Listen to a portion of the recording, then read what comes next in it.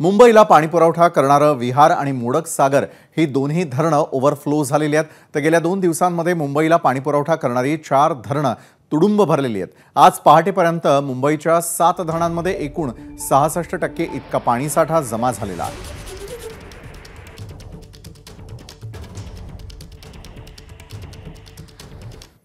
तर मुंबईमधील धरणांच्या टक्केवारीवरती एक नजर टाकूयात।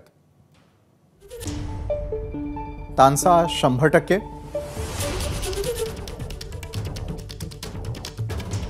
तुळशी 100%, मोडक सागरही 100%, विहार 100%, मध्य वैतरणा 63.32%, अप्पर वैतरणा 34.13%,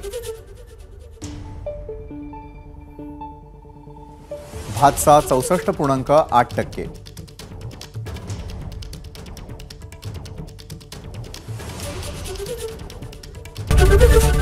एबीपी माझा, उघडा डोळे बघा नीट।